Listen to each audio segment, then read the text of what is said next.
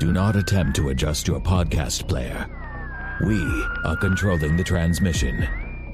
We are here to be your guide, helping you to explore local events, the art scene, music, theater, sports, and possibly a conspiracy or two. All here on the GCRX Radio and Podcast Network.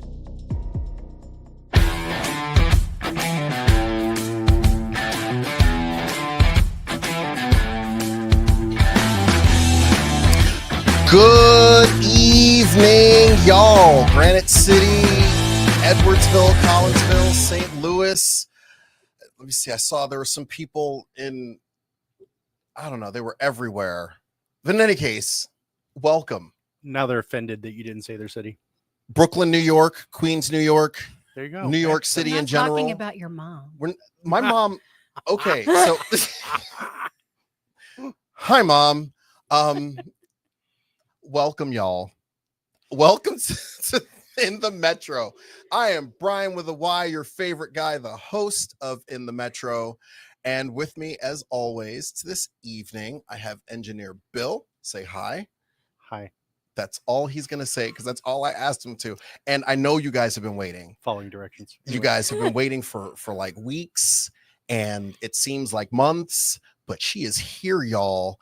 3 weeks ago, I said, we're going to have my sister on. And I kid you not, I was really, really excited about having my sister on. And then last week she wasn't feeling well. Bryan, and there's nobody here. Are you hallucinating again? Don't do that. Okay, don't do that. Obviously, I know I'm at the very least the only person who sees her. Even if that's the case, it's kind of like Big Bird and Snuffleupagus. Okay, like he was just here a minute ago. And if you're not old enough to remember that reference, you probably shouldn't be watching this show. But this is my twin sister. Everybody give a warm GCRX and Granite City and just like In the Metro welcome to my sister, Leanne Carruthers. Hello. Yay! Cool.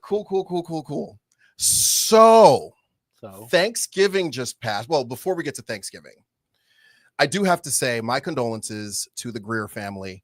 I mentioned a couple weeks ago that a friend of mine had collided with a tractor trailer and he did not make it. And his funeral was this past week.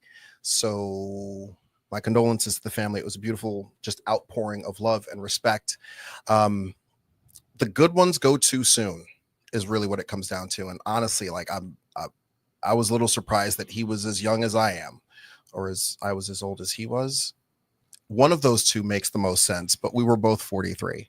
And that kind of hit me a little differently, but I do want to say my condolences. But that having been said, I do want to talk about Thanksgiving. How was you guys' Thanksgiving? Good. Bill, can I get more than just a word out of you this time? No, it was pretty good. Lots of food, lots of laying around being lazy. I don't do that well. So I forced myself to do that. To rest? Yeah, I don't do that well. I know exactly what you mean. Yeah, it's the ADHD, but you know. I guess. Leanne, how was your Thanksgiving? It was lovely. What'd you do? I took my 7-year-old daughter to see Wicked. Nice. We're going to get into that. Did you do anything else? Have family over? Family came over. Mm-hmm. Nice and relaxing. Pretty chill. We shared the responsibilities of making all the food. Nice. So it was all good. That's always the way to go. For Thanksgiving, I did spend part of Thanksgiving with you. Yes, you did. It was cold. Yeah. And we were building, her husband Seth, my big bro, little bro. I don't know. He's taller than me. He's 6 foot tall. I'm 5'10". But he's younger than you. But he is younger than me. Yes. And yeah, we started building a swing set for the kids, which was really cool. Cause like, I don't do instructions well, like paper instructions. Don't have me. I got 2 cups here. This just has steamed milk. And then my Hamilton mug. We're going to get into that too. But yeah, I don't do the whole like sit down and read the instructions and then do the thing well. He does the instruction part really, really well. And I do the just give me the tools and tell me what to do thing well. So as it, you know, I had a pass as a mechanic and stuff. And that was literally just tell me what I need to do next and I'll do it. So yeah, but we started Wednesday and then Thursday, it was just like, oh my Lord, it was so cold. So we did complete like a good part of it, but we've got a ways to go. Those things are no joke. Like we got a play set when the kids were young and it said 14 to 16 hours. And I'm like, there's no way this thing's going to take 14 to 16 hours to put it. Yes, it did. It was horrible. So this one said 5 to 7, but it comes with, first we couldn't find the instructions, which was okay. And then we found the instructions and it said time to complete. Yeah, good luck. Like that was pretty much it. And we were just like, wait, what do you, I said, Seth, what do you mean it just like, just no? And he was like, yeah, I mean, online it says 5 to 7 hours, but I don't think it's gonna be 5 to 7 hours. Oh no. Yeah, it is. And ours was, I don't even know what brand it was. I can't remember back, but it was definitely Chinesium. So all the holes didn't line up. Nope. And there was frustration there. And we got everything apart and we're like, okay, we're going to follow this book because this is ridiculous. Mm-hmm. Million little parts, all kinds of different things. And we built it from the ground up like you're supposed to, and like different sections. And so we're up in this little loft thing trying to put things together. And I don't know if the person who was in charge of drilling the holes was cross-eyed or was using like some Harbor Freight tools to do so. He obviously didn't see eye to eye with the engineers. Oh my gosh. It was ridiculous. Like there were marks on the metal where the holes were supposed to be. Just stop me. Like, no, there were marks on the metal where the holes were supposed to be drilled. And they were drilled visibly wrong. Because you're not supposed to see the mark. No, the mark is where the hole is supposed to be. Yeah, he was probably half asleep or drunk or something. Who knows? Whatever. Or he had worked at IKEA just before that. That's also possible. So when I was in New York, I worked for a company called Jack of All Trades. This was one of the many things that I was doing when I met you, and we'll get into that as well, folks. But yeah, it was pretty interesting because in Jack of All Trades, like they had contracts like with IKEA. So, and same with, gosh, what's the name of the company? It's not Postmates. There's another one, not DoorDash. Like they'll come to your house and they'll build stuff for you. Anyway, so Jack of All Trades. So I'm building this IKEA set for this lady, and she goes, "Oh, I have parts," and she pours all of these bolts and nuts from another project in, and I was just like, well, now this is going to take significantly more time because even though I had separated everything out into number and type, you just introduced a whole chaotic everything element to this. And now I'm still charging you by the hour, just so we're clear. Like 8 years later, it was probably 9, but yeah, I'm still charging you. Like this is, but yeah. So yeah, we started doing that, and then it froze on Friday, and that wasn't going to happen. And even though Seth was like, "Hey man," I was like, "No, that's no." Let me see. Friday, I did see Wicked, which was cool. Dee Dee and I saw Wicked, and we're going to talk about that as well.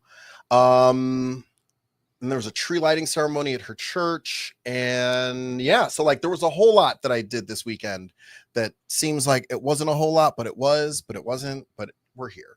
It's Monday. Happy Monday, y'all. In any case, somebody's got a case of the Mondays.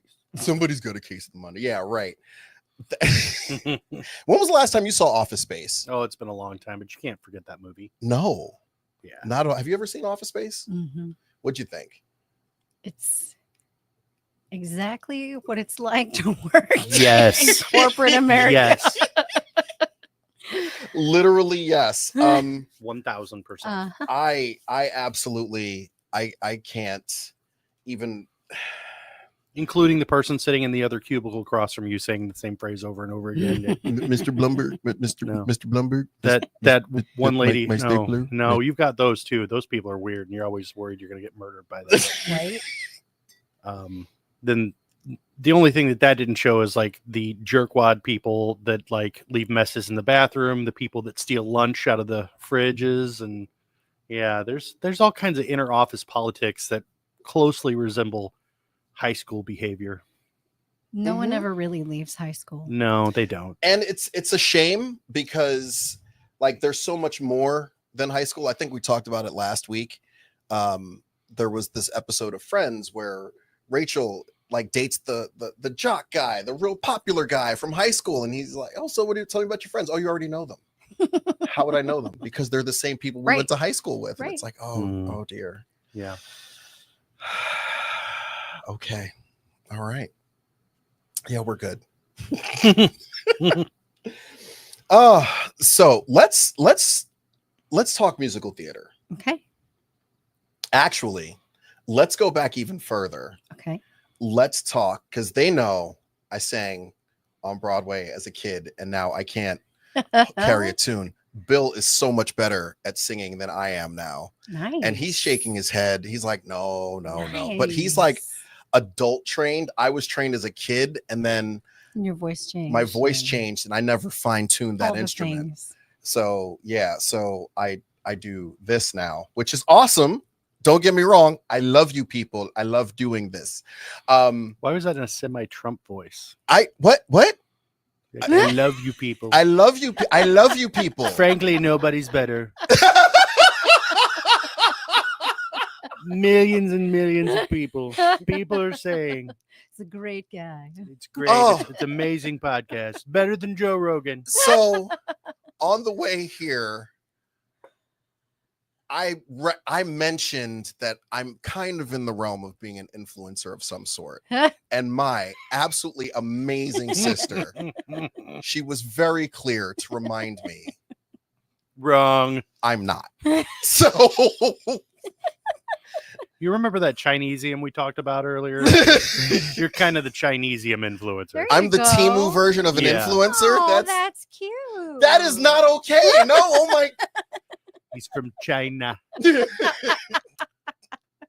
They say when you meet people, if you're friends for more than 7 years, you're no longer friends, you're family. And this is legitimately what I feel about you guys. So we're going to get into the story of how we met. And I'm going to let you take it away because I think I tell it differently. And I don't know. That would never happen. That would never happen. You would never elaborate and embellish what's going on with the story. Okay, go ahead, take it away, please. Well, along with how so many years in your family, also they say that sometimes you just meet people and you've already known them your whole life, and that's sort of what happened when we crossed paths. I was in New York, my favorite place in the world, with one of my best friends, and we were walking past lovely Theater Circle, which is the adorable little shop where you can buy many souvenirs from many Broadway shows. And this was in the new raging era of Hamilton. Hamilton was brand new. You couldn't get a ticket for love or money unless you were Beyonce and you had like $50,000 for your seat. To do a ticket, just one ticket. So us little plebeians were like, maybe we could get some Hamilton merch in this little store. And so I went in and I looked around because in the window was a Hamilton poster, and I collect Broadway show cards. And so I went in and I look around. There's no Hamilton posters, but there's one in the window. So I walk up to this guy who's standing by the counter looking so over it. And I said, so do you have any Hamilton posters? And he looks at me and he goes, no. And I was like, not exactly how that. Yes, it is exactly. It was adjacent because it was okay. Did you kick him in the balls? No, I just rolled my eyes. No, so there's a scene in Hamilton where Thomas Jefferson is having a conversation with Aaron Burr, and Aaron Burr says, I look forward to being to our partnership. And he says, our partnership? Like, yeah. So Thomas Jefferson goes, yeah, right. And that's exactly what I gave her. Okay. All right. At what point in your life are you going to realize that your little references that you do, most people don't understand? Right. But this was a theater shop and this was a theater thing. So I knew she was going to get it. She hasn't seen the show yet. But the cast recording had already come out. Okay, but not everybody's heard that. Had you heard the cast recording at that point? Of course I had it memorized, but I also just thought you're being a jackass. I was being a jackass. Yeah. So I rolled my eyes and I said, well, fine. I didn't think that you would really have one. You have one in the window, but it was just an off chance. So then I think you started just smarting off to me. So then I was giving it right back to you because I thought, who does this guy think he is? 150%. And then you're like, I usually give people my phone number and I've given my phone number to people around the world. And then sometimes they call me. So here's my phone number. And I was like, okay. Wait. Did I really offer you my phone number first? Yes. Why? That tracks. I don't know. Okay. Because I was wearing a big old diamond ring. That's true. So clearly you were married and clearly. Why didn't you just go rip the poster out of the window? I should have. Except there's someone who runs that shop who would have hurt me. You should have. He wasn't there that day. It's true. You could have laughed hysterically as you did it. You could have. I missed that golden opportunity. What I would have now, done. I will say this. One thing that has always bothered me about just being in stores in general is when they have small, medium, and large, right? And it's on a shelf. It's like the small is all the way up here, right? Like why?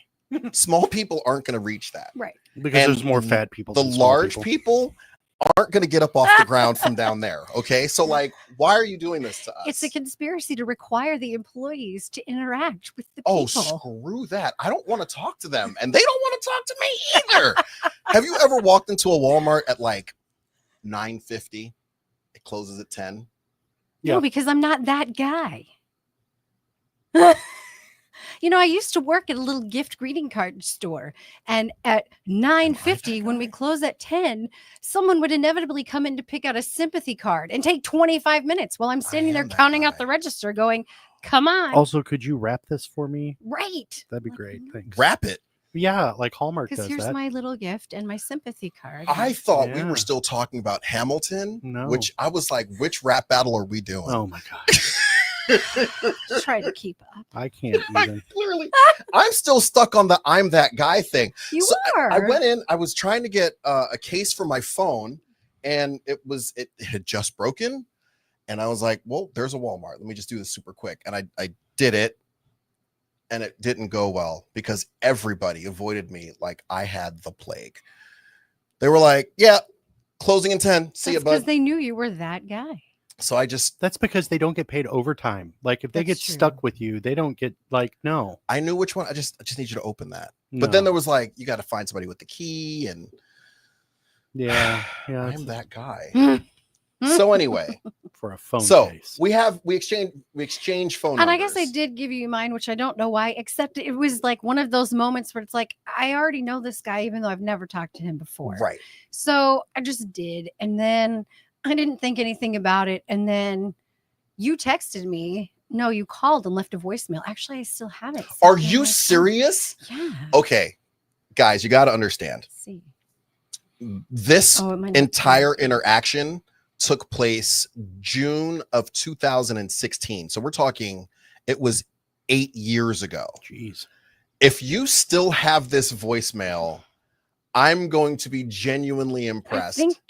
I think that this is June 29, 2016 on my phone. Oh, you got to play it in the microphone. Wait, should I make sure? I don't know what I said in that voicemail. You or my grandma. Is it a 917 phone number? Hey, it is you. Is it?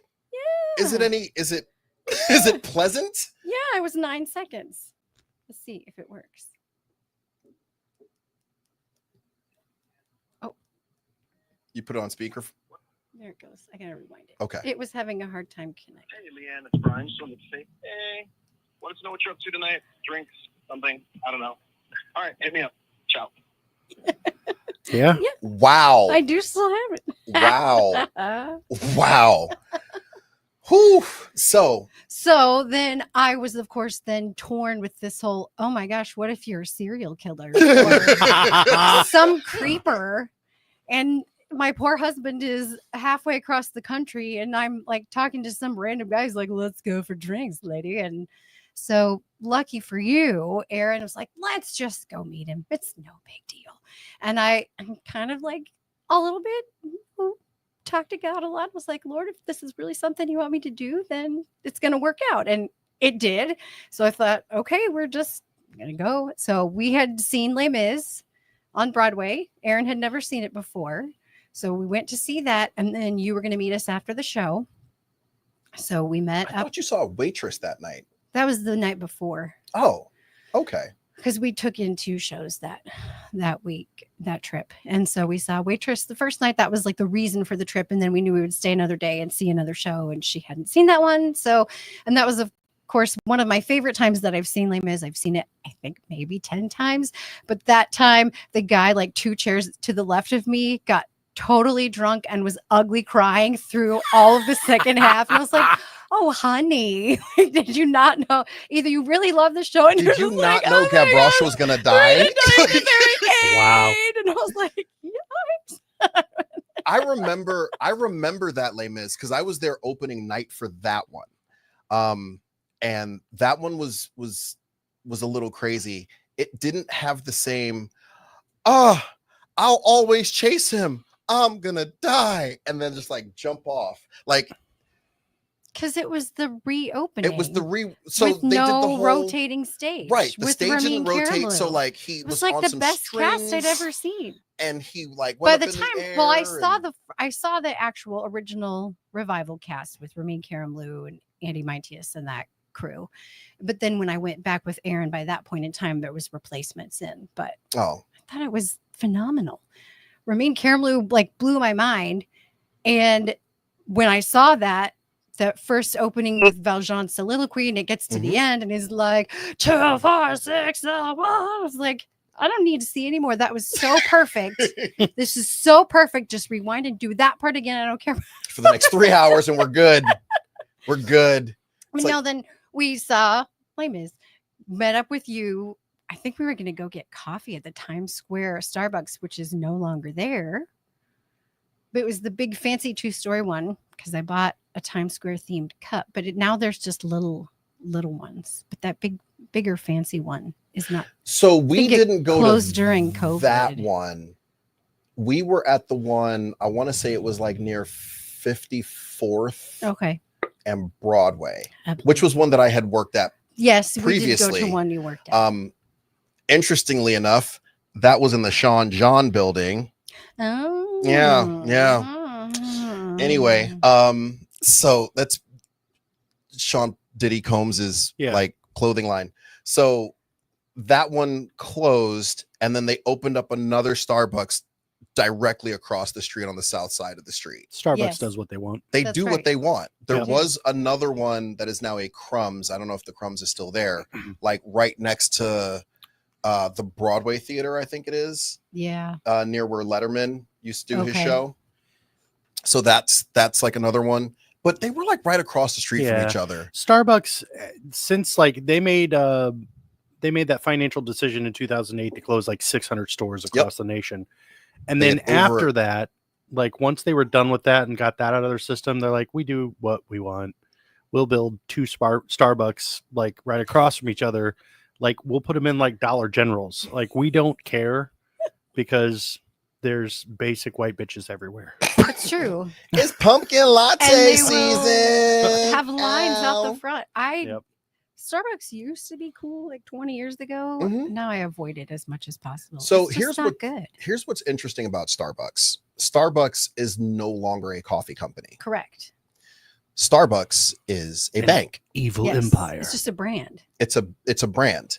Starbucks makes, and the reason I'm saying this is because Starbucks makes the majority of their money off of gift cards. People gift cards all the time to just different people. And, I know you'll run into a Starbucks at some point. But the majority of their revenue comes from that. And they actually have enough in cash assets as a result of that to be branded as a bank that just happens to sell coffee. Like that's. And the problem is they pushed out so many other places that you just go there by default because even you're in a rural town in the middle of nowhere and you're like, well, there's nowhere else to get coffee, so I guess I'll just go there. They're the Walmart. Yes. of coffee. Yeah. And it always makes me think of one of my favorite South Park episodes where I think Cartman is involved. It's been a long time since I've watched it, but they start a little small store and it's so good that then they open another store and then it's so good because they're doing this to be against giant corporations. So they're like, I'm not going to the big corporation. I'm going to start my own little mom and pop. And then it grows and it grows and it grows and it becomes what it sought to destroy, which is it's always how it happens. That's always the way. But jeez, that's all I got. Just evil geez. Corporations. Yeah. But back in the day, because my mom is from Seattle. Right. And was guys who figured out how to roast really good coffee in this cute little place a really long time ago. And you know, I would like to add into that, coffee roasting is not hard. Correct. At all. It's literally a science. It's like baking a cake. You follow a recipe. It turns out exactly the way that you want it to be. Medium, light, dark roast, doesn't matter. It's not hard to do. Just don't get crappy coffee beans. Yeah. Arabica. Done. Starbucks made it okay to pay $5 for a drink. That's true. And now that everyone is comfortable paying $5 for a drink, they are now $8 for a drink. And well, if you get frou-frou, what are you drinking? Frappuccinos? Listen, a straight up cup of coffee with a splash of cream. I don't think I like your attitude right now. People who actually drink coffee are looking for. She basically just called you a penny waste. I guess. Frou-frou coffee drinker. Look, you are the pumpkin spice latte. You saw what I made. I made a vanilla latte with oat milk. Yeah, why? Vanilla? Get that out of there. What's the point of coffee? You put like ice cream in your coffee. It's not coffee anymore. I can't. Don't encourage her. And then you got the camera on me, so everyone's seeing my facial expressions. I have not changed like, it. Bro, like, it's been there the whole time. I thought you were my homie. Like, now, if you want good coffee in this town, Caldi's is a great place to go. They roast locally. They source ethically. They have relationships with their farmers. It's a great cup of coffee. We just got a Scooters in Granite. It's okay. It's not my favorite, but I think they're a little light on the flavor of things. Is one of the things I've noticed. Like last time I went there, they didn't have oat milk, which is a problem for people. That is true. Sad tummies. I am so lactose intolerant. Like I will. It's true.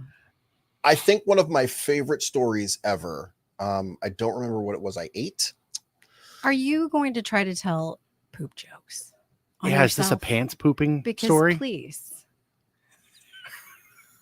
Rein it in. Bring it back. No, remember, we were talking about how we met, and you just took us down a really long road to lactose intolerance. I mean, that's kind of what happens on this show, but thank you for reining the host Hold in. on. Did it run down your leg? No. Oh, this is not that. telling. This is not that story. Oh, I haven't had one of those stories. If it didn't collect in your shoe on the way down, it's not worth it. We don't want to know. Yeah, it's fine. Okay, it's been a little bit, but yeah. Anyway, so back to how we were talking. So we went to Starbucks. We went to Starbucks because that was long enough ago. It was kind of the only choice because it was late at night. That's the problem with the theater district in New York. Unless you want a frou-frou bar, that's very expensive and you have to be very fancy to go there. There's not really anything to do after a show. So that's true. We got coffee and then we ended up walking a few blocks up the street and talking literally about all aspects of life and spiritual things and Broadway and everything else until like 3 a.m. There were 3 things that we talked about. And my poor husband that I didn't realize had been texting me saying, "Are you dead? Where are you?" Seth, Here I am talking to another man. So what I love about that is there were I say there were 3 things that we talked about that night, like 3 major things. We talked about a lot of stuff, but there were 3 things we talked about. We talked about our love of musical theater. Yes. We talked about how much we love Jesus. Yes. And we talked about whiskey. Like those were like the 3 big things that we talked about. Sounds like the perfect making for some sort of weird country song. Right? Okay, really cool. Does. So we talked about these 3 things, and over the course of that, there was something that jumped out that I had said that you asked me about a few days later. Oh, was the ESPN guy's speech There was a speech where this guy had given the profound talk, and we had talked about that. I don't remember that. What I do remember is, what is our deepest fear? Oh. Remember that? Marianne Williamson? No. Our deepest fear is not that we are inadequate, but we are more powerful beyond measure. Oh, yeah, I do remember that now. It's not our darkness that we fear, it's our light. And it is by being ourselves, our authentic selves, we give other people permission to shine.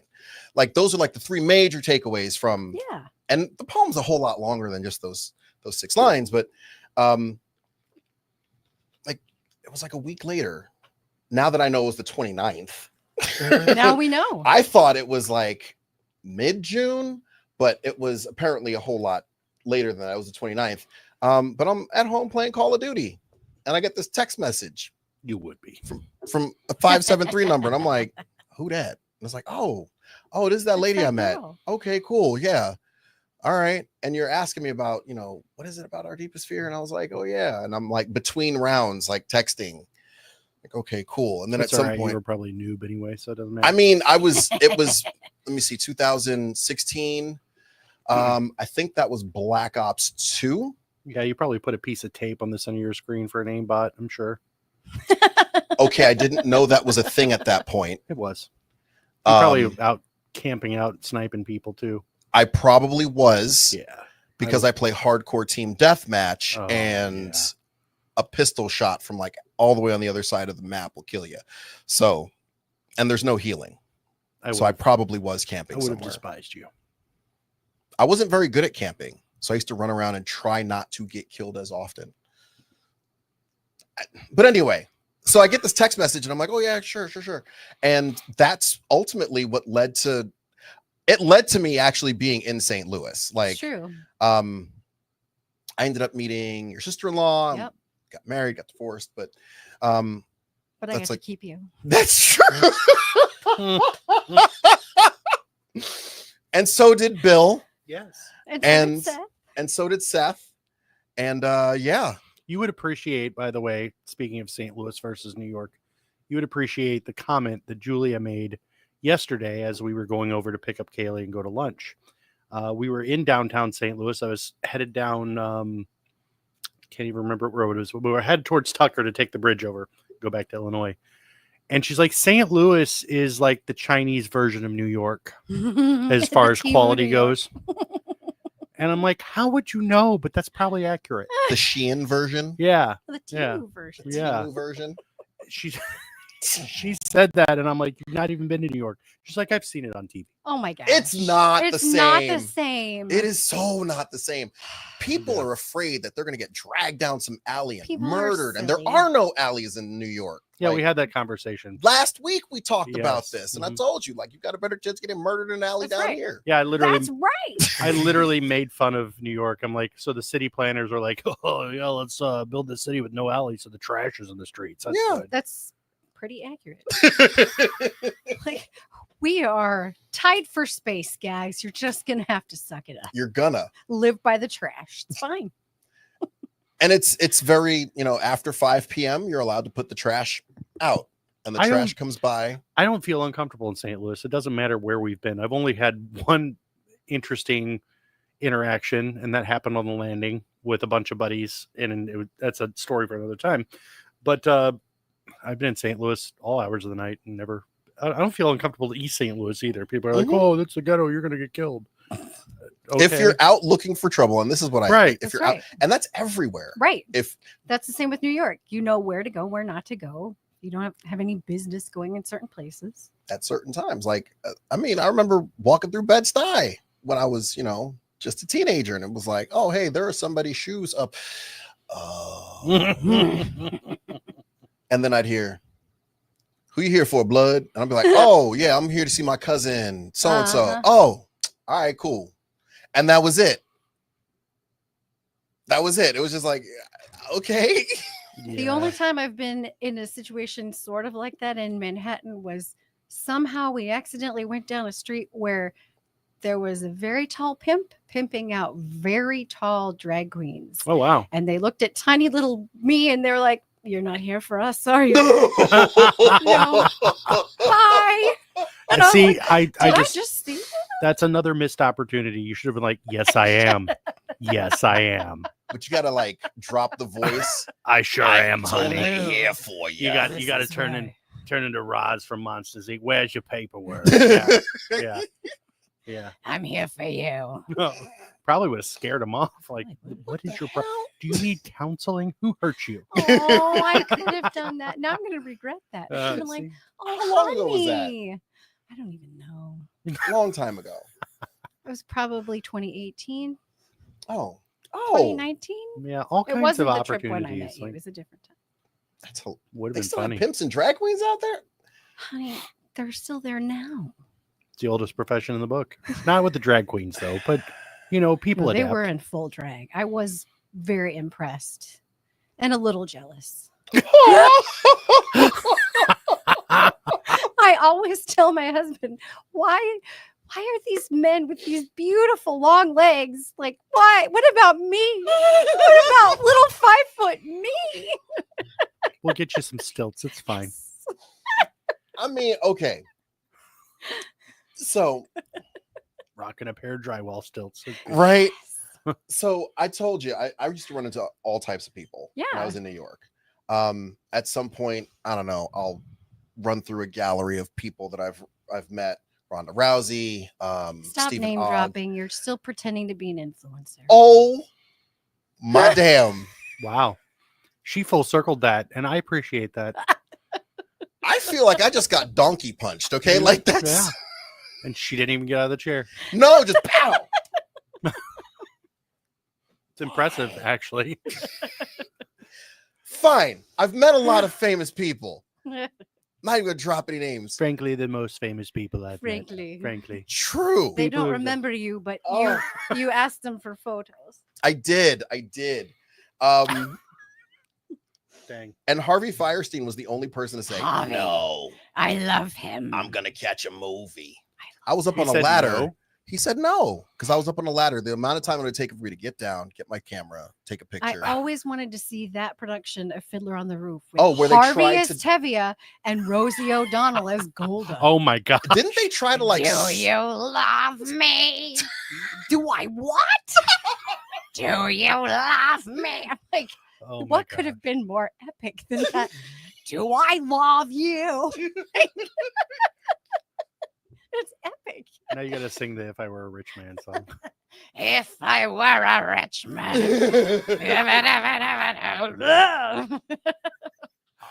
Oh, he's a great writer. I think he's a better writer than a performer. Absolutely. I believe that was the version of Fiddler where they were trying to take the Jewishness out of it.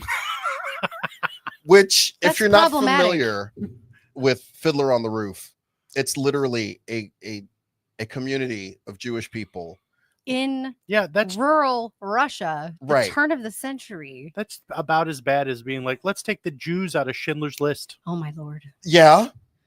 Well, it's true because I had a professor in grad school. No, actually, I guess it was my undergrad who said that show, Fiddler, was the most profound thing to happen to Jewish people pretty much since they formed Jerusalem in the 40s. Huh. He said that show taught the world what the experience and the culture was in a way that was palatable and obtainable by the masses. And he said this was like the most critical thing for our culture. So to come along and say, let's take it out, that's literally castrating the show. I mean, we're doing it with everything else that gets remade. So let's do Boys in the Hood, but with white people. Oh, yes. That's like, remember when I think it was an Australian production of Joseph where they were going to take out a line and close every door that referred back to Jewish people being in capture. And everyone's like, what's wrong with you? This is when political correctness is just insanity. Come on, guys. It's gone just a little too far now. That kind of refers to the comment that I made to you after going and seeing Ragtime, that I'm actually very impressed that they still openly say the N-word so much in the show. It's like deep rooted in the show. It's said over and over again. And the hatred towards black people from white people, it's all depicted very well. I'm really surprised that goes over today in today's society. I get it, like it's a show, but sitting there in the theater as it occurred. I'm just waiting, kind of looking around for the one Karen to be like, "Oh my God, I can't believe they said that." What production did you see? Stages. Yeah. Me too. Mhm. We Yep. saw that too. It was very well done. Very, very well done. Impressive. And I'm terrible because I can't ever remember names, but the Me gentleman who had been the longest running George Washington on Broadway in Hamilton playing Coalhouse Walker, he was fantastic. Yes, absolutely His fantastic. voice just filled that theater. Mm-hmm. Oh, the my last gosh, time like that I saw velvet. it in the theater was at the Fox in 1996. And that space is almost too big for 90% of what's there. there. And we had meh seats too. So and then it's just sad. I got spoiled because my wife's aunt has she's a season ticket holder at the Fox, or was. She moved to Oklahoma, and there for a while she was just giving us her tickets in row F. Oh, yeah. So we got to see Newsies and Phantom of the Opera and all that stuff, like stupid close to the stage. Yes. And it was great. The only one that I despised was Bridges of Madison County. Never again. See, that has a terrible script and a horrible story, but I love the score. No, it was just like, it's the only show I've ever left at intermission. Ooh. We walked out and we're like, yeah, we have other things to do. I've never left a show at intermission. Maybe one community theater production of something that shall remain unnamed. It was really bad. I'm like, if I paid for it, I'm going to see it. Yeah. Plus, then I can complain about it because I love to complain about things. So, when I was dating my ex-wife, we were challenged to, man, go plan a date night. I'm like, cool, date night, and we took in a community theater. It was a high school production of Sister Act. Oh my Lord! Talk about biting off more than you could chew. I don't have any memory of you doing this. Oh, I don't either. Correction, I do. I wish I didn't. That's almost as bad as a high school or community theater doing Newsies. Yes. Sister Act? There's a whole bunch of girls as the Newsies. Half the cast did not have mics. Oof. The other half that did have mics, the timing was off on whose mic was supposed to be on when. Yeah. Like, it was a whole thing. See, I think that's a situation where you just bite the bullet and you go rent a bunch of mics because you can't. Right. Absolutely. You know, they might have done that already. Bro. Or a student was running the board that didn't know what they were doing. Something. But it was and the funniest person in the show, and I don't remember who it was, he did not have a mic at all. Of course. They probably assumed his voice could carry, and it carried enough that I was like, oh, hey, I caught most of that and I can infer the rest. But okay, one of my favorite community theater, musical theater things that ever I saw, I didn't even get to see. My friend told me about it. It was Jekyll and Hyde in a little tiny place that was like about as big as this room where we are right now. And when he sang his fight with himself song, when he's Hyde, he's supposed to have a red light, and when he's Jekyll, it's supposed to be blue, and it was off. So he was like, I live inside you forever. Blue. No! Satan himself as my God. Never! My friend was like, I was holding my breath because I was laughing. Oh my God. But my worst that I did live through was a production of Sweeney Todd in the same place where Joanna, the virginal, blonde, innocent, pure, tiny little slip of a thing who's going to be destroyed by the evil Judge Turpin, was a tall woman who was about 8.5 months pregnant with the worst wig I've ever seen in my life. And her love interest was just as big and just as tall of a gentleman, though he was not with child. and his character is meant to be a sailor. Typically, when it's staged like Victorian sailor, like dark pants and a dark shirt and a newsboy cap. Oh no, he was full on like little Cletus, like the Pillsbury Doughboy hat and the white sailor suit. And he's like, do these people Miss Joanna? I'm like, no. These people not do research when they're doing costume? Like, oh, sailor. Oh, that's cool. Just make him look like a pirate. Yeah. That would have been better than the Pillsbury Doughboy. Oh my gosh. Who's got the eye patch and the peg leg? Come on. He was Big Debbie, not Little Debbie. He was Big Debbie. Deborah. Big Big Deborah. Deborah. Oh my gosh. But wait, thinking of musical theater, you didn't tell me what you thought of Wicked. We didn't talk about this So yet. we've got time still. I was angry for a good part of it. Before you went, or because you were there? While I was there. Okay. And Ariana Grande, I thought, did a really great job. I was bothered consistently by her hair toss. And I told you that's because you're an angry old man. That is canon. That is in the stage version. Old. 25 years on Broadway with toss. I am not. It's iconic to her character. I think it's because I don't have that hair. Oh, well, if you would like a blonde wig, I can get you. Honey, we take care. You get hair now. Get your hair gel for your nail. Oh my gosh. I had scuffed my nails while I was doing, I was cleaning out my bathtub today. And I'm like, you mentioned nails. I'm like, I should do that at some point. Oh, honey, $5 more. It's all. Oh, we give you a nice massage. Oh no! Oh no! And now there's hotel boats why you don't have boyfriend. So wait, so literally her toss took you out of the world? It didn't take me out of it. Okay. It was just like, I get it. She's obnoxious. I get it. Oh my God, I get it. I loved the fact that I could connect on that level, because if I am not angry or excited, like I feel That's like fair. Like fair. I watch a lot of pro wrestling. Yeah. If somebody, like, the worst thing that could happen to a pro wrestler, they come out and everyone just kind of goes, "Oh, you're here." Like goes silent. Like, whoa, what do you mean? Did you hear that Karens are already complaining about it? Like they about thought Wicked? Yeah, Why? they thought it was like going to be some sort of like kid thing, and it's like witchcraft, and now their kids are people. It's literally a casting spells. 25-year-old show. If you don't do your homework before you go, that's on you. It's called Wikipedia. Yeah. The synopsis At the is very readily least. available. This is like when I years ago worked for a theater company where a woman called me during the run of Grease, weeping, saying we had caused her to fail as a mother because she brought her 5-year-old to Grease and she didn't know. Dragon Wagon. And I was like, honey, she's like, she loves the movie. I'm like, first of all, then you should have known what the topic was. Second of all, it's called Wikipedia. It's not hard. Or the person who called, same job, same theater company. How dare you put on a little night music?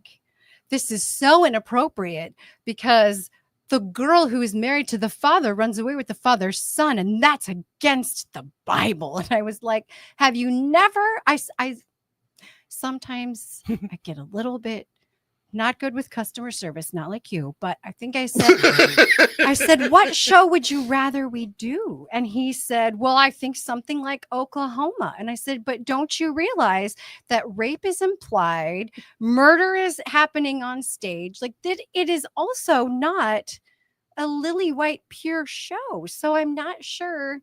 Do your homework. If you're going to be a Karen about it, that's on you, because should have recommended he watch Google Rocky Horror Picture Show or something. Yo, I mean, I don't understand. Like, Seth and I went to see Boy from Oz. Yes. And that was great. Look, if you're worried about it, look it up. That and show's I been knew around. nothing about it other than Hugh Jackman had done it years ago. Listen, there are just so many stupid people. I mean, they literally, did you not like? Well, did you see the church that sang? Was it Like a Prayer? Oh my! Oh, word! Yeah. When was this? Like it, I don't know. You can Google it, but Yeah, they literally had their remember their choir do Like a Prayer, and that song is about Right. mouth It's- hugs. Yeah. Not and the original music video, excuse me, is maybe your first clue that it's not a church song. Yeah, like what the church had zero like millennials in it. They could be like, hey guys, or maybe they just stood back and like, go ahead. It's just intellectual laziness that is just really. It's not even that you're stupid. It's that you're that lazy. Yeah, and there was another church that put up these banners, and it stood for something like their core values or something like that. But like it spelled out WTF. on the front of the church. WTF. And I'm like, there's no millennials at this church. Seriously. WTF. Even a Gen Z kid who could be like, Right. Mom, that's not okay. Right. What the forecast? Right. Like What's the forecast? Like 4-foot letters, WTF. Oh, like they that's spent beautiful. some money on these banners. Or I mean, like if you're just bound and determined to keep those, like could you at least just kind of reverse them? Right. Make them not that. Or I don't Be know. not Like I that just thing. don't understand how like consult with people. Even the Bible says many counselors. Like, come yes, on. very much so. Like, listen, I That's want you right. to consult with the younger folks who Just double check. should not be yourself. in the world as much as they are, but they are, and they can keep you out of it if you just be like, hey, does this look good? And they go, no, it doesn't. I would not do that. Why? Because it stands for something you don't want to hear. Yeah. But also, they're bothered by Wicked, including witchcraft, when it's literally about the Wicked Witch of the West's origin story. I mean, come on, we're talking about. Have you not seen The Wizard of Oz? I agreed, but you know that show's even older. We're talking about an organization as a whole that doesn't have a problem with candy, doesn't have a problem with costumes, but you put those together on one night, suddenly it's evil. Mm-hmm. Even though the holiday has nothing to do with that anymore. Like, and listen, I go to church. Fair. Like, been in, yeah. But like, come on, guys. These are things like, this is why God is merciful and has grace, for he knows we are but dust. Right. It's stupid dust. And it's a little dust. ridiculous. I genuinely thought that, and getting back to the movie, there were a couple of times during the movie where like tears, just like, oof. Same. And nothing makes me cry. You know that.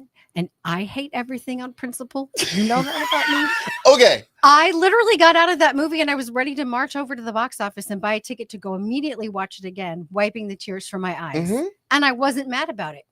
Things that get me teary like that, sometimes I am like, how dare you? Mm-hmm. There's like, I can count on one hand the number of times I've cried at a show, movie, etc. And one got me twice.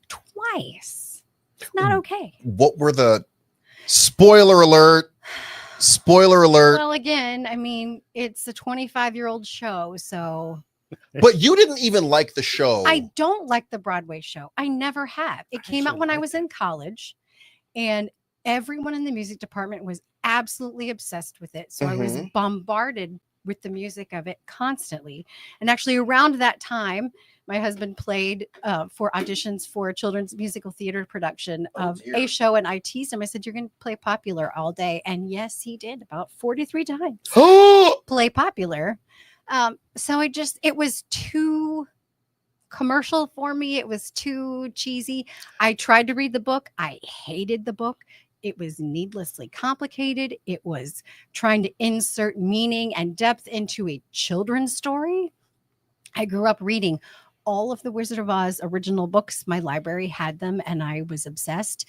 And I just remember starting Gregory Maguire's Book of Wicked thinking, who do you think you are that you're trying to insert all this deep, dark origin story that's needlessly complex with 500 different characters into a children's tale? Okay, I'm glad that you're so intellectually superior.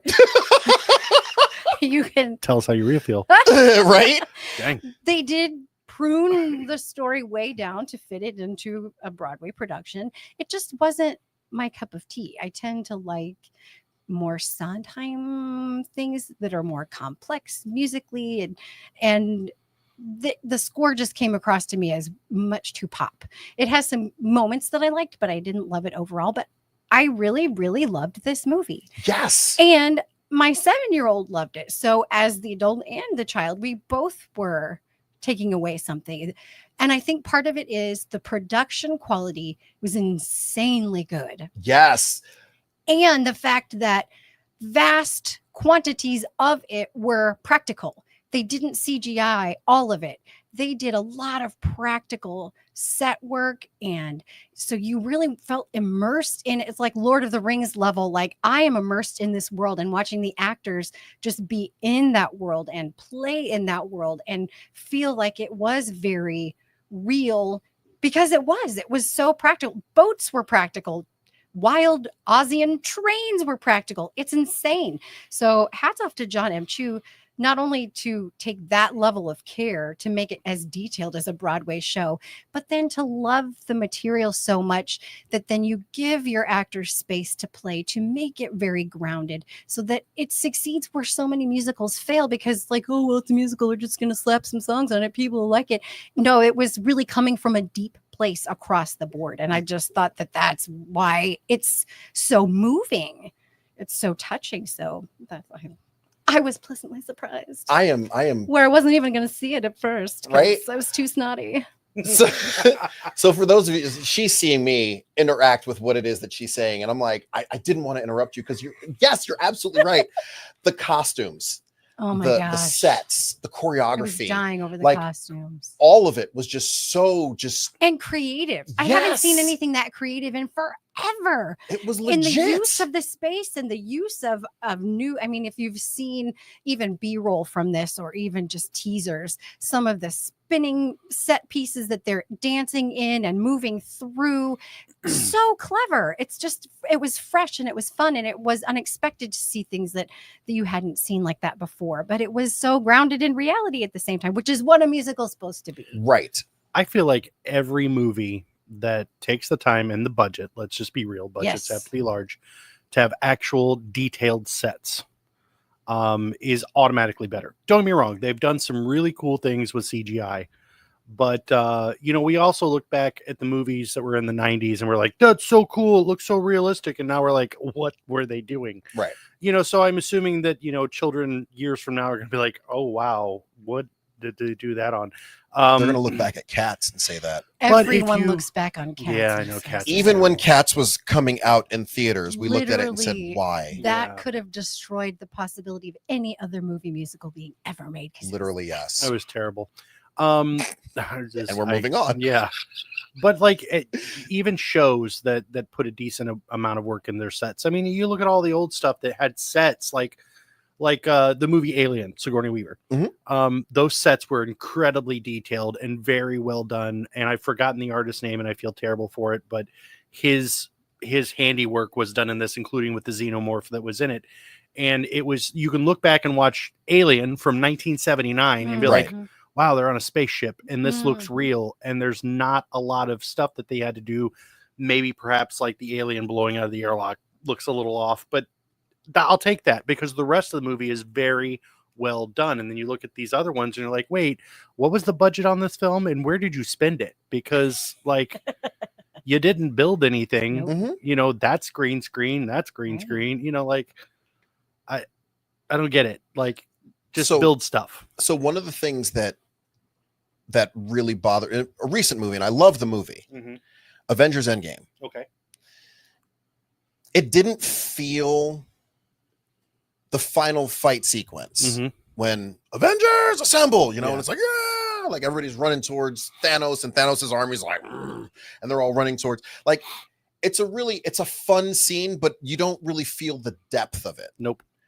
What you do feel the depth of is in Lord of the Rings, The Two Towers, that battle. What was the battle with the little door that wasn't in? What was Rohan? Yeah, outside of the fact that Peter Jackson spent an entire year literally growing the Shire and growing everything, it was like, oh yeah, there's a limited amount of space. There's a limited amount of just people. It seems like an infinite army. These orcs are just pouring out. Yeah, that's what you want to spend your budget on. Well, I mean, look at any of these movies that have built miniatures for ships and they Star Trek. Yeah, well, absolutely. Star Trek. You can see a complete difference from where they went from building these large miniatures. We call them miniatures, but they're huge. They're the size of this room. And then shot those on space backgrounds and stuff. And you can see the detail and it's sharp and it's crisp and it's very well done, to CGI, which, it looks really cool and you can do a lot more lighting and weird stuff, but it still just looks fake. There was a lot put into these. And the cool thing with those is you can't screw it up because like, okay, we shot the Enterprise D, and here's the, the whatever scale miniature this is. It's huge. Again, the size of this room. We shot it, for this flyby. Okay, we need to shoot it for this sequence in here too. It's the same model. If there's a defect on it or something, the defect is still there. Yep. These windows are lit and they're supposed to be lit because it's the way it was originally designed. You don't have some CG guy going, oh, well, maybe I'll light up these windows down there. And then, again, this is a Trek nerd thing, but like, hey, that's a section of the ship that should never be lit. Right. Why is that lit? Like inconsistencies can't happen because it's the actual physical model. Like, that makes a huge difference. And I get it. Like you can do some really cool stuff with CG, but man, just the original shots on actual sets and actual miniatures and details, even when they did the glass drawings for like the backgrounds of stuff that gave you like field of depth and stuff. Right. Amazing. And the people that are put their time and the art into that is just, it really shows. The Wind was like that. Yeah. And it stands the test of time. Yes, it does. And it's even into the world of music. You can't auto-tune your way out of something lame. Nope. You can't auto-tune Judy Garland. Nope. No. She's perfect in her imperfections. And I think that's a mistake that in this current era of consumer-driven, mass-produced art, let's throw out and make it, we'll auto-tune it, we'll record this, and then we'll look at it on our software, and we'll make sure that the line of the singer is right on that pitched note. That's not what music is. There's no imperfections. That wasn't Mozart. That wasn't any of those. And then you remove the reality. Right. And I think that's even like going back to Wicked, you were grounded in the reality of the world, just like Lord of the Rings. And that goes back to the director. You're grounded in the reality of the world, even when the special effects are terrible, like Jaws. Yeah. That shark is the worst. Yes. It's robotic, mechanic, rust bucket shark. And yet that movie's terrifying. It is. Yes. Because those actors and their performances were grounded in that reality. They could see it. Thanks to the director. And it goes back to that. And it's just, that's why you cry, because you're touched at that human level at the moment of someone else's humanity. And when you remove the reality from that world, then it's not going to touch you at all. Yeah, that's a really good point. Because I mean, like I could make a room that's completely green screen or blue screen or whatever, and I could put you in it and be like, okay, you're on the bridge of the Enterprise D. Here's your chair. You're going to sit here and say these lines. It's not the same. And you're going to struggle. I would be willing to bet as great of an actor, or as great as a cast as they are, that the original actors and actresses from that would be like, it would be hard because yeah, you're supposed to be, touching the console and looking at the view screen and doing this and doing that, but like there's nothing for you to refer to. Yeah. Right. It's would almost be as awkward as those movies that they used to make, like Casper is a good thing. Like, but at least like if you go back and you look at the production reels from Casper, when they're talking to the fake ghosts that are obviously not there, they're grips that are holding models. Like you're talking to this ghost, and it's obviously, green screen so they can pull it out in post, but like at least you have a reference to be like, I'm talking to this, and I think it just all gets lost. Yeah. So there are a couple of movies that come to mind. The one by Jet Li, with Jet Li. The name of the movie is The One. I understand. I believe. I was trying to say not that one movie. Yeah, the one. I mentioned this to somebody a few years ago, and they were like, "Which one with Jet Li?" And I'm like, "The one." The one. It's like, oh, who's God. on first? What's on second? On I don't first? know who's on third. Right. But basically, there's a sequence early in the movie where he's supposed to be moving lightning fast, and he's moving so fast that he's like taking these guards out. And the point of reference, and he's moving at normal speed, and the guards, he's hitting them so fast that they're like almost falling in slow motion. Yeah. But you can't get people to fall in slow motion like that when somebody else is moving. So what they had was they had tennis balls. And in the pre-production, as they were doing the screening for that, they showed him interacting with these tennis balls, and people were like, okay, I don't get what's happening. But in the finished production, it looks a little bit more believable. Same like with him running at 40 miles an hour. they didn't have him on a treadmill, but they rented every strobe light. Right. And it was like, so it looked like he was moving a whole lot faster than he was. And then they cut to a scene inside a car where they're moving at 40 miles an hour.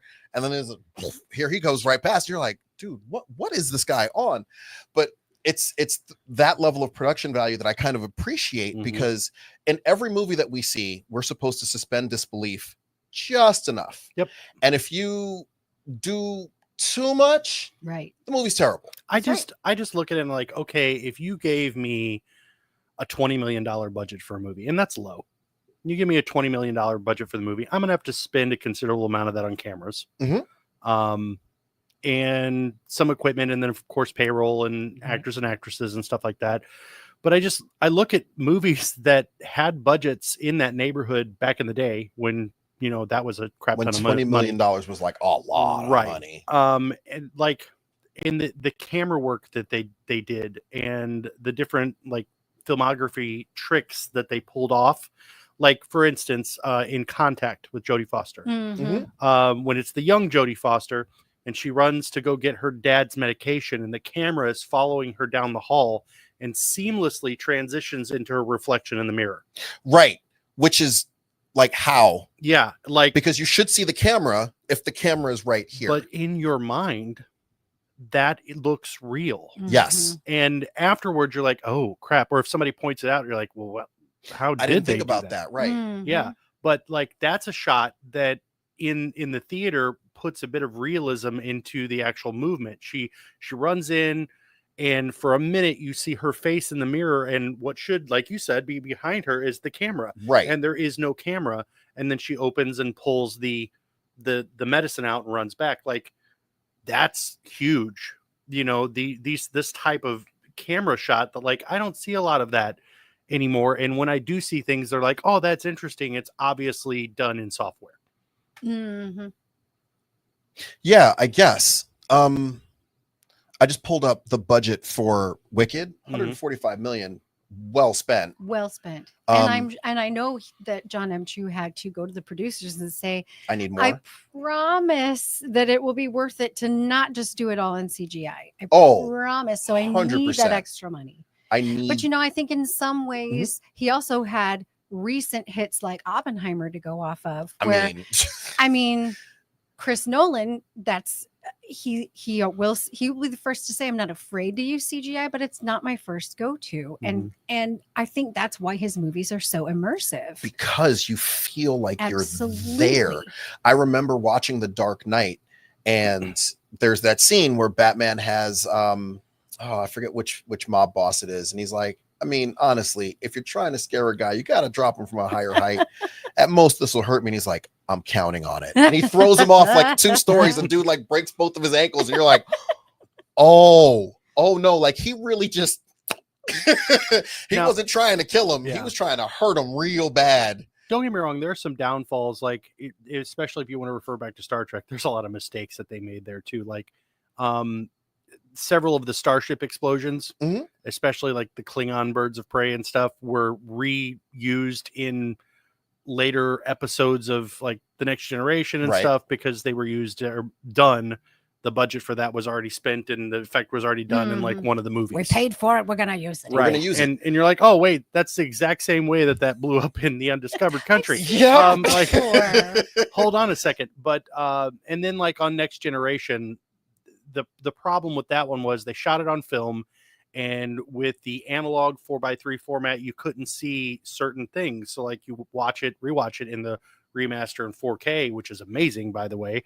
But you see like, oh, there's a tear in the material on the wall over there, or hey, they were trying to block the lights, the glare, and so they put black construction paper, on the consoles, and you can see it, you know. But aside from that, most of the stuff that they do, it's like, hey, they're actually in a real thing. Well, in that time, they didn't have to be that quality driven, because our TVs weren't that. Right. They could see it on their studio monitors and be like, that just looks black to me. Right. It's cool. And then when you watch it at home on your little bitty TV that was an analog TV, like, it looks even worse. So it's fine. It looks good to me. It didn't matter. Now, they weren't used to 4K.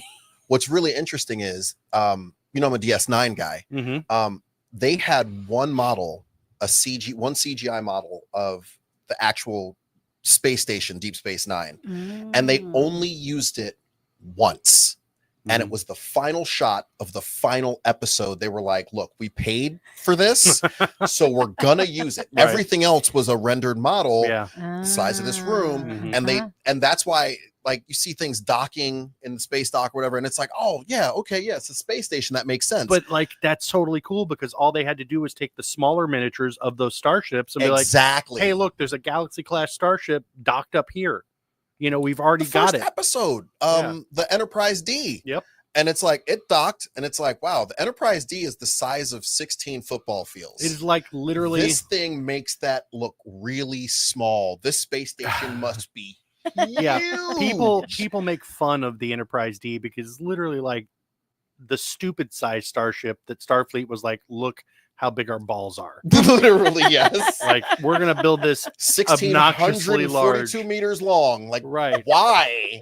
We're gonna put. It's got a separate saucer. Like, we're gonna put. You know, they had a freaking I can't even remember what it was called, but there were whales and dolphins. Yeah, cetacean observations. Exactly. Yeah, like, and families, and because why not? Yeah. Like, what was the Federation thinking? Like, hey, let's just put civilians on this ship. And it's our flagship, so we know it's going to go through some shit. Yeah. Oh, hey, you know what? I mean, what are the odds that we're going to get into a fight with Klingons? And listen, never. Captain Picard was like, "This is not a good idea," and they're like, "Shut up, Picard. We do what we want." And he said, I don't like families and blah blah blah blah blah. And he's like, they shouldn't even be here and blah blah blah. And yeah, he was right. It would have been a lot less exciting storytelling without them, I guess. Look, the first episode, they went through this whole thing about separating the saucer from like the battle. Yeah, had them on the battle bridge, which by the way was a bridge set that they had from one of the movies. Yeah, and they had to look. We don't have a huge budget for this now. We're gonna use it again. So we're gonna use it. We could put men in dresses though. We did that. They were tunics. They were dresses, bro. If that camera angle would have been any lower, you would have seen balls. They didn't have pants on underneath. No, they were legit. And it wasn't a kilt. Nope. There's nothing about a kilt that equals a dress. Nope. But yes, there's only one thing that separates a kilt from a dress. Are you wearing underwear underneath? Yeah, because if you go too low with the camera, that's a dress. You're gonna see balls as well. So. You're laughing, but like that was how it was explained to me by Scott. I think the reason why they did that in Encounter at Farpoint was to show like, hey, look at how society has become so incredibly diverse. And we've got Asian people, we've got black people, we've got white dudes in dresses, like on this big starship. They're walking around aimlessly. I can't find things for these people to do. In but Hell's they're here. Kitchen. It's like, come on down. Everything is everything. Everything is everything. It's crazy. And then they slowly phase that out because somebody's like, come on. It was like the next episode they did Encounter at Farpoint, and then we never saw them in a tunic again. The suspension of disbelief had been destroyed. They're like, no. You know what happened? Picard came on that ship, and he's like, never again. No. Literally, yes. Because even in the final episode, if I see Ensign Steinman address one more time, all done. And what was the deal with Picard? As a Brit, Jean-Luc? Are we serious? Yeah. Hey, his mother could have been French. Come on. She was she? I don't know. Picard is a French last name. Yes, Picard season 2 explores that. I think she might have been. Did you see the pictures where they were going to have him wear a wig? No.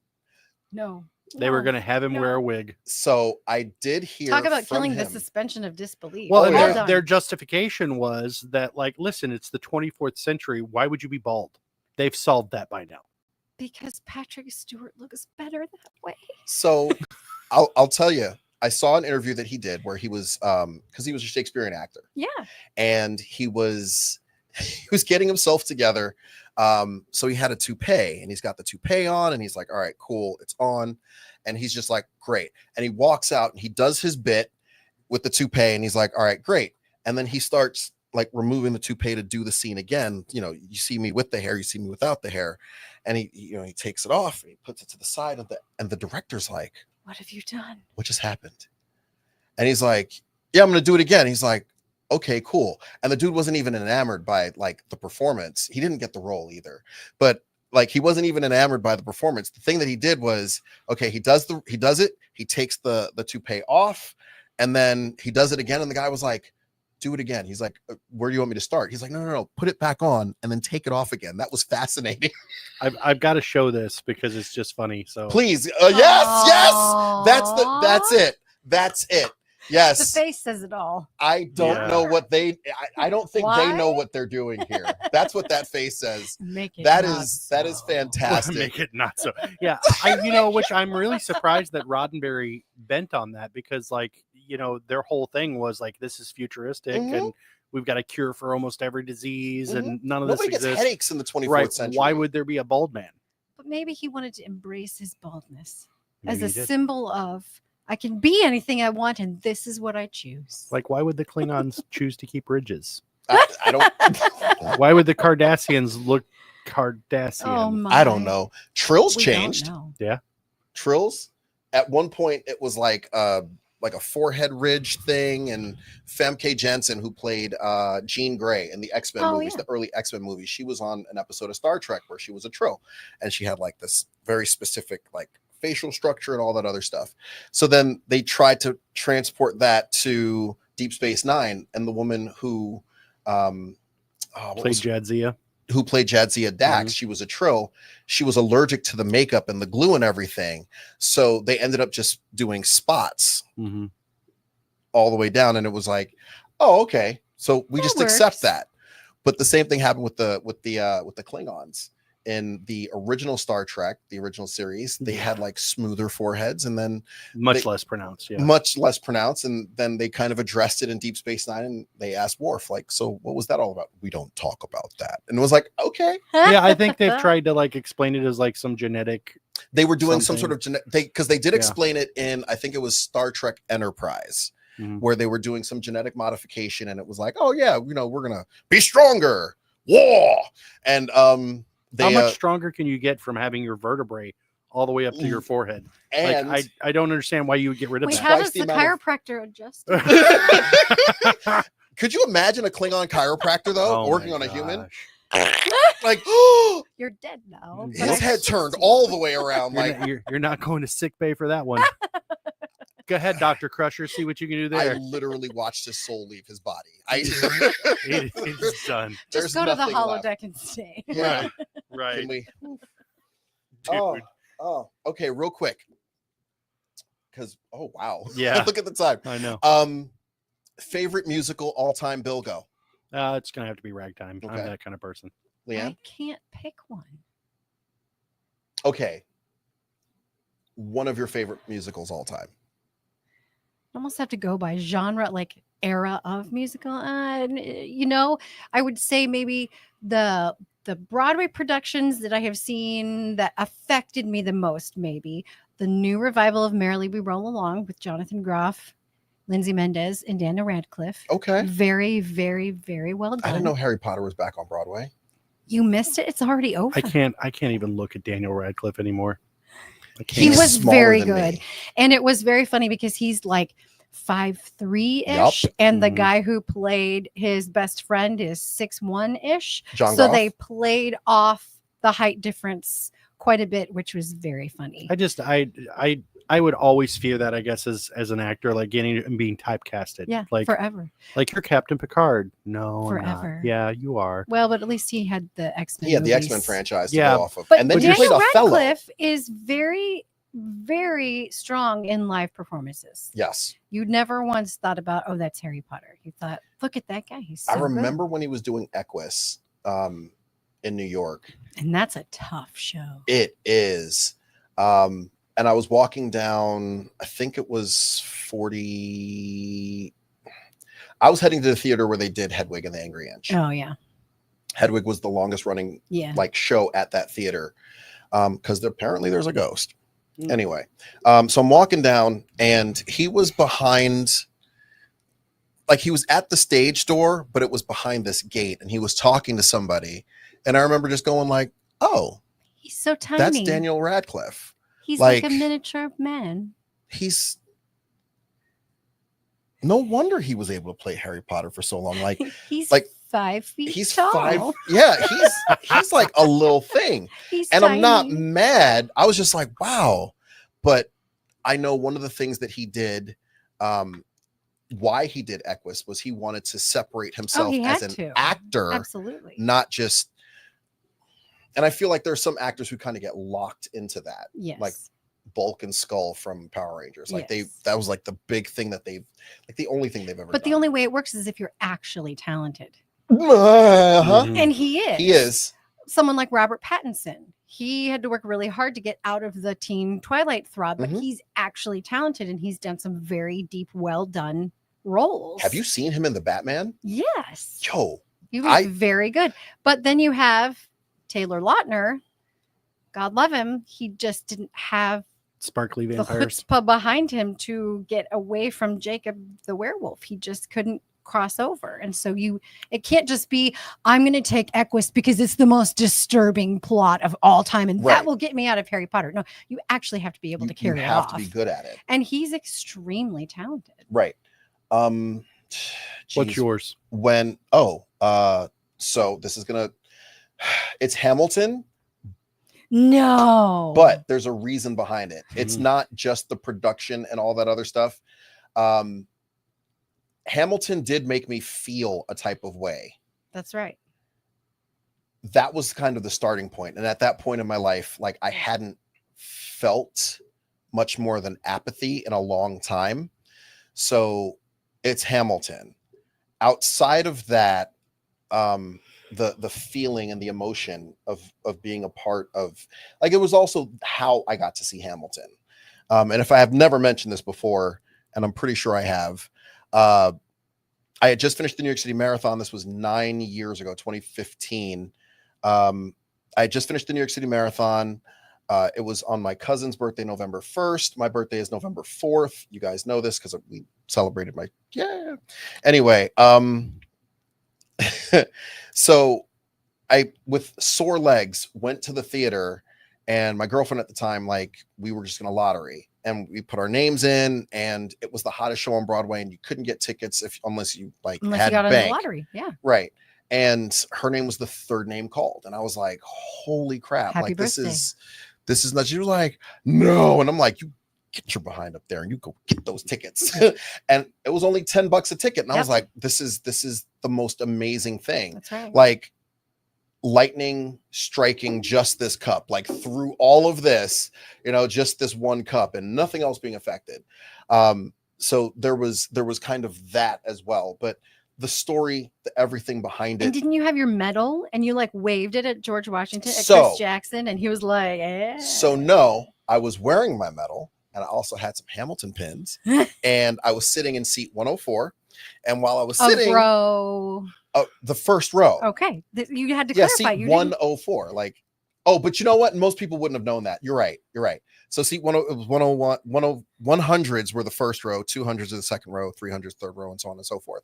So I'm sitting in the front row in seat 104, and I'm just kind of mouthing the words, and he is doing Right Hand Man, and as he's walking up during Right Hand Man, he's in full George Washington flow, and he sees the medal, and he goes, and like gives me a thumbs up, and I'm like, this is the greatest moment of, like, it's my birthday. I just got acknowledged by the guy. You get all these interactions. I don't understand. It's your magnetic charisma. Haley said it last week. Like, she'll say something, and then I'm like, oh yeah, I remember when I met that guy. And then I pull something out of my phone. Yeah, you can't say a celebrity name. It's the most ridiculous thing. My sister, I used to post the pictures that I have in my photo gallery, whatever. I used to post them online, and my sister was like, I remember I posted one day, I just ran into Scott Van Pelt from ESPN, and his show is SVP, and I was like, okay, cool. And she goes, okay, so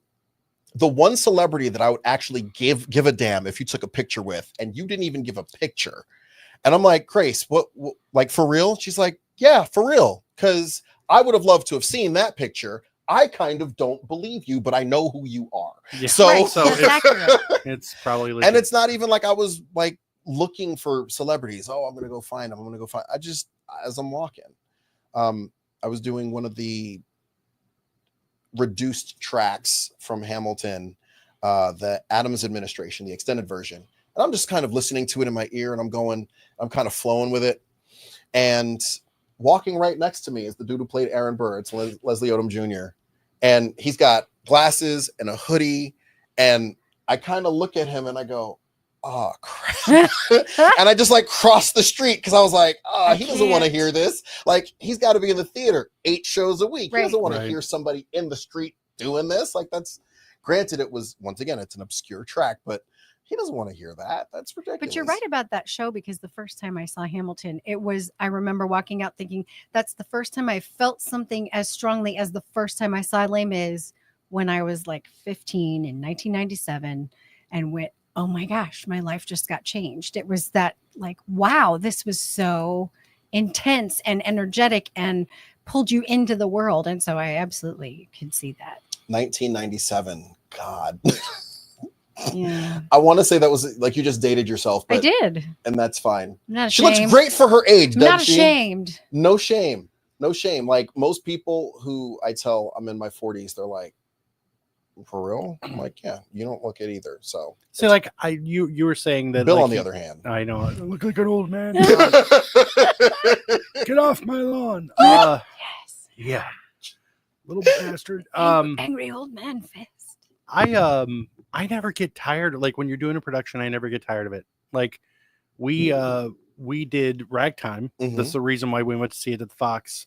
We did that musical in swing choir in high school.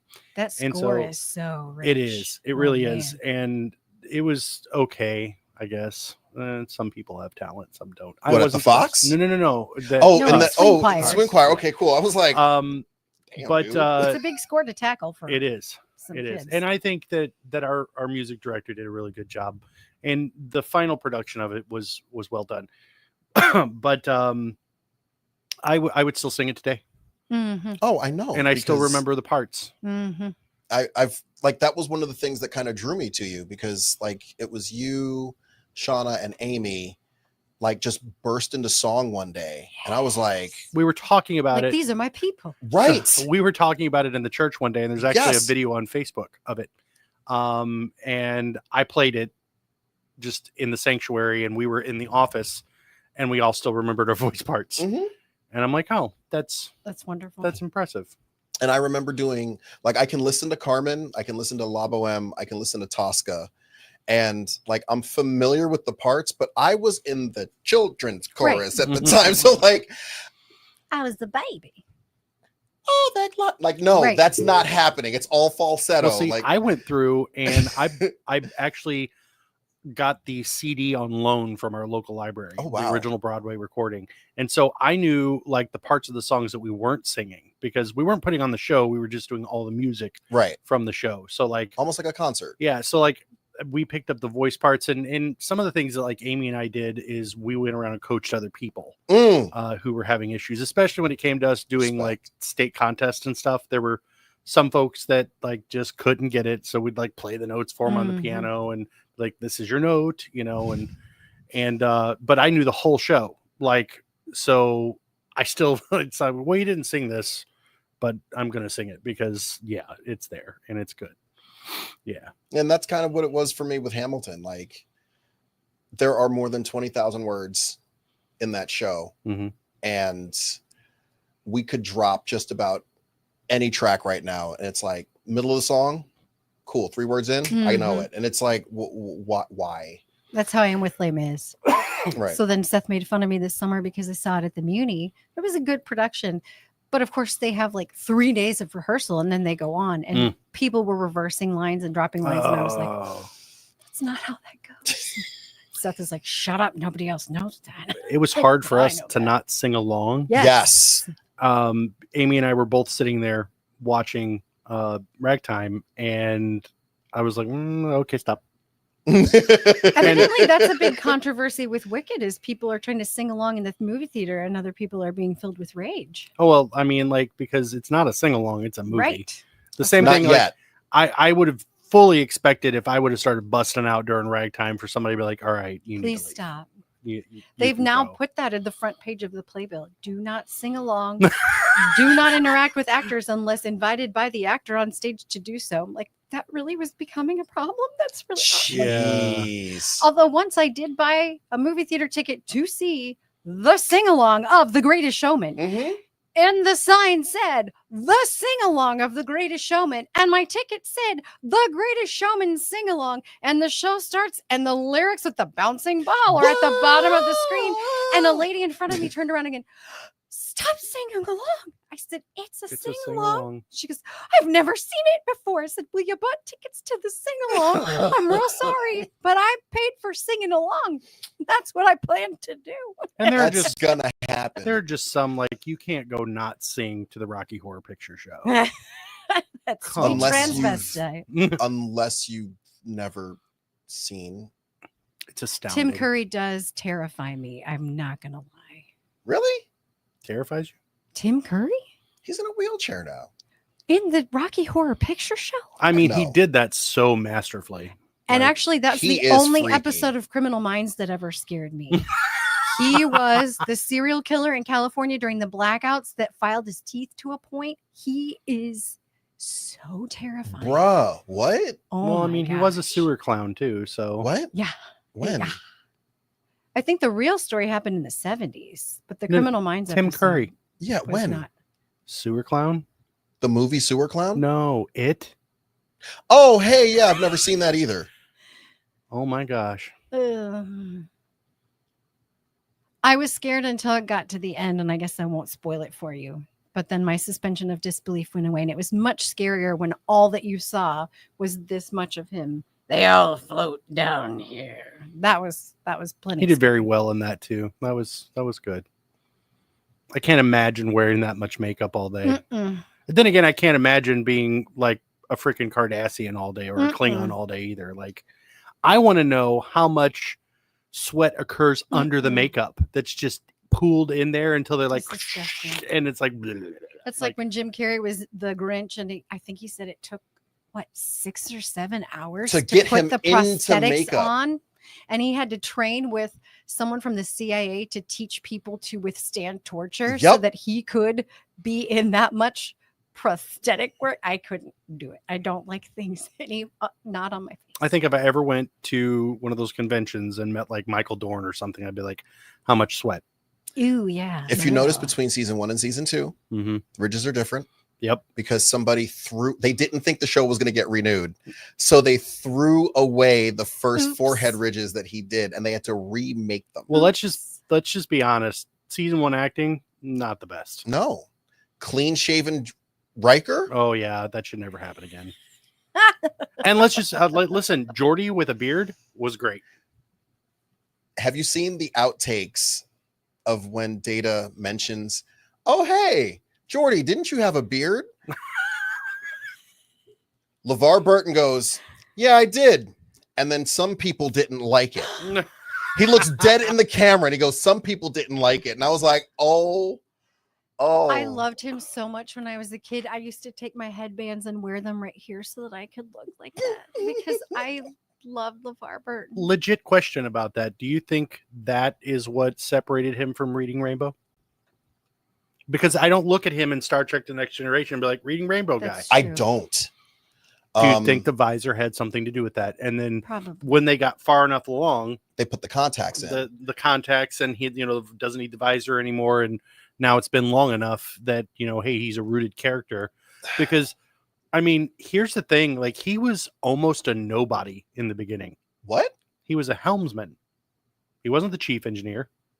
Just like, what's his face? Just like O'Brien. O'Brien had like 8 different ranks. Because I was in the beginning. No, like before he was Chief O'Brien. He my brain went somewhere else because he had done Roots, and that was like a big thing. Oh my gosh, he was amazing in Roots. But see, it goes back to the Daniel Radcliffe discussion. Right, you got to do something different. But you got to be talented. Good. Man, LeVar Burton's Kunta Kinte. Oh, I was a little girl, and I was obsessed with Reading Rainbow, and I saw him in Roots, and I was just overcome. Yeah, no, I was referring to his character in the show was kind of a nobody. Like Confession you're a helmsman. time. Yep. You've never watched Roots? I've never seen Roots. I'm done. I am done with What's crazy is the 25th anniversary edition. I bought that box set. And that probably came out 20 years ago. Listen, woman. I can call you woman. I can't call my mom woman. She throws things at me. I love your mom. Hi, Mom. Hi, Miss Perlita. Yeah, no, like, so it's but almost, yeah, you're right. It's almost like, and I don't know, I'm sure there's an explanation of it somewhere, but like Geordie LaForge and Chief Miles O'Brien. Yeah, they were just like, okay, so you had Data, who was obviously you're going to keep him because he's an android and he's like, that's going to be rooted in the story. We do so much with that. And then like even Worf, like Tasha Yar, like Worf's the like Klingon. Okay, we're going to have a Klingon in here. It shows that we've gotten past that. And you had your other staple characters. And we won't even get into what happened with the doctors, the two doctors. Yeah, that was, they never explained it. Yeah. Really? Well, that was I'm pretty sure that was a pay thing. And that's why Gates McFadden was like, screw y'all. And then she held out. Yeah. Which go her. But yeah, like I don't know that they quite knew what to do with LaForge. And so he's this helmsman that is really just like replaceable. Like, come on, how many people? You just fly the ship. It's whatever. And the same thing with O'Brien. And then they're like, oh, he'd make a great engineer. And they worked him into that. So yeah, I mean, but the same thing happened on Voyager with Torres coming aboard. And they're like, oh, I guess we got to kill off this engineer guy. Give her a permanent spot. What, second or third episode? Which how trusting is Janeway? When you're like, okay, we're going to put like literally every critical system on this ship under the control of a former Maquis person. Right. And she's also a little bitchy. Little? A lot of bitchy. She like broke people on a regular basis. She had severe rage issues, tiny severe rage issues. And she was like your height, but she was destroying people twice my size. Like... And she would just do things like, I've never seen, and whoever wrote the scripts for these, where she just does things. She's like, I ejected the warp core. Like, we're stuck in the damn Delta Quadrant. What do you mean you ejected the warp core? It's okay. We'll just build another one. How? And I was just incredibly impressed that the warp core ejection systems actually worked. Yeah. Like for once, like, hey, those things do work. Yeah, the Cerritos. Yeah. From Star Trek. Oh gosh, Lower Decks. I'm a couple episodes behind on that one now that I think about it. But yeah, we have to end the show. We really kind of do, but it's still fun. It is. This has been a really great. Thank you so much. Yes. I was really nervous, but this was fun. As I said, it's just a conversation between two people, and there just happen to be cameras around. And Bill's there too, so he's a person. So 3 people. Sometimes we have 4 or 5, but. It's just a conversation with friends. If your car was here, I'd poop on your windshield. Why? Because you're mean. I'm not. You're that mean. guy. I am. You know what your first instinct would be? You turn the windshield wipers on. Bro, no. You would. No. There was a guy. Oh God, I'll tell that story when we get off camera. It must be a good one. It's so good. Thank you guys for tuning in. Thank you to my awesome guest, Leanne. Thanks for coming in. Absolutely. I know you missed yoga for this. Thank you. And my children. My son is sick. So he is? You're lucky I love you. Children are like the walking plague, though. They really are. He woke up in the middle of the night last night with a fever, and I was like, and here we go. But did he throw up? No. No? Did he die? No. He's fine. That's right. So yeah, I've for years said we should build like a Lysol decontamination chamber for when they get home from school. Yeah, because it's like a cesspool. It's kind of like an air curtain, and when you walk into like Walmart or whatever. In any case, guys, I know I didn't get into the financial get for the day. Hey, you know what? Buy crypto right now. That's true. Sure. I don't advise that because I don't understand it, but okay, we'll go to that. Nuts. It is going nuts. If you didn't have XRP, you're just sad now. Yeah, no idea what they're talking about. Yep. Guys, next week we have Conspiracies with Nick Drago. He's coming back, and we're going to talk about conspiracy stuff. There's a lot. I know one of the things that we're going to talk about is the continuing unfolding of the Diddy investigation. That's something that's coming up. And then the week after, we have Robert Nelson. He's going to come back for Money Mondays. Yeah, let me see. I am Bryan. This is in the Metro from Studio B, right here in downtown Granite City, next to the Garden Gate Tea Room, the board game room. Oh, yes, I have to mention this. Listen, Friday. Oh my God. Friday. Oh, and I get too loud? Yeah, Jesus, I'm bro. so sorry. Friday. Well, you've already turned it down. Put a freaking disclaimer on this thing. Friday is trivia night, and we're doing The Office. Listen, I don't care if 4 feet of snow pours outside. We'll project it on the snow. I'll project it on. Yeah, I'll project it on the snow.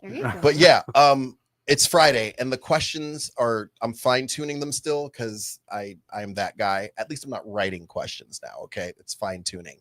And then Saturday, that's Friday, December 6th. Saturday, December 7th, we do have our Dungeons and Dragons, the next portion of our campaign. So that's going to be awesome as well. Nick Drago will be here next week for conspiracies. Let me see. Board Gamery, Garden Gate Tea Room, Downtown Diner. Now, I will say this about Friday. Come at like 5:30, because we're starting promptly at 6. There are 50 questions. We've got 5 rounds. All right. Come knock this out. Order your food. Get it. There are going to be a lot of people here. I can't stress enough how awesome this is going to be. Oh, my goodness. I'm so excited about it. We're going to talk about the cast and relationships and a whole bunch of other things. I'm not going to get into any more. I am Bryan with the Y, your favorite guy. This is GCRX in the Metro. You are awesome, amazing, and fantastic. Don't let anybody make you feel different. I'll see you guys next week.